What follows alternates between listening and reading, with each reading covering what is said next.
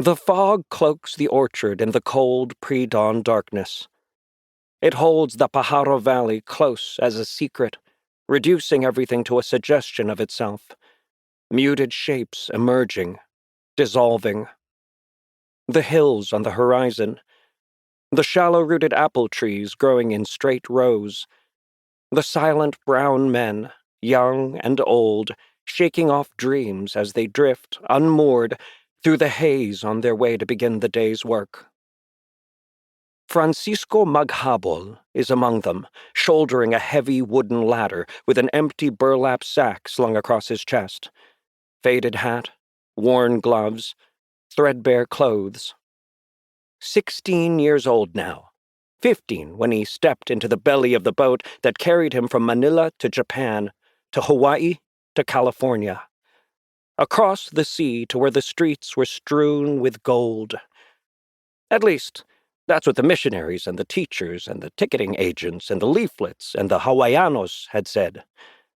And it had seemed to be true, from the faded and folded pictures sent home and passed around the villages from the returning pensionados flush with cash and American goods. It turned out there was no gold. At least not for him or his kailian. Not here. Not by the time they'd arrived. Only a contract they had to sign before they could leave the steamship's hold. Only old-timers asking to borrow money.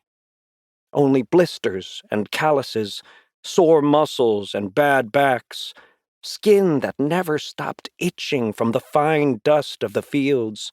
Only go back to where you came from. And $1 a day, not enough to eat. Despite picking the peas and beans and grapes and strawberries and cherries and apples and oranges and lettuce and asparagus and artichokes and garlic that fed this ever-hungry nation. His nanang would say, "Sasaor banbanog no sabali ti aglamlamot." Useless labor when eaten by others. As Francisco and the other field laborers reach the apple orchard, they hoist their ladders off their shoulders and position them against the trees.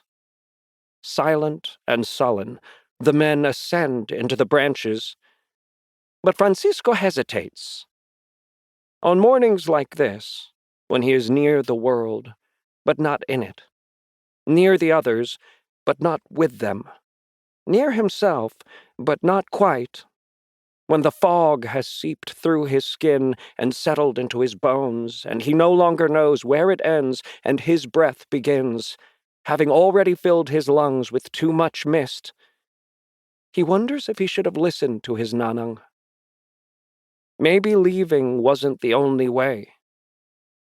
He had felt like such a man then.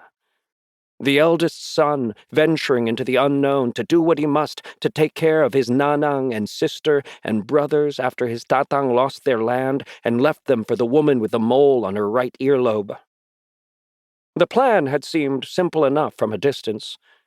Work in America for 3, maybe 4 years, make enough money to pay his younger siblings' school fees and to buy back his family's land, then return to work it. But now, he isn't so sure. Not a man. No longer a boy. Maybe more so a ghost, since duty dissolves as it absolves. Still standing at the base of his ladder, Francisco watches Lorenzo Tolentino, in the next row over, shake a pebble out of his glove. The same ship, the President Jackson, had carried them across the sea. They found each other in the crowded, swaying dimness of the third-class hold after hearing home in each other's voices and discovering they hailed from neighboring villages in Ilocos Sur. Since then, they'd stuck together, following the planting, then harvesting seasons along the coast for one full cycle.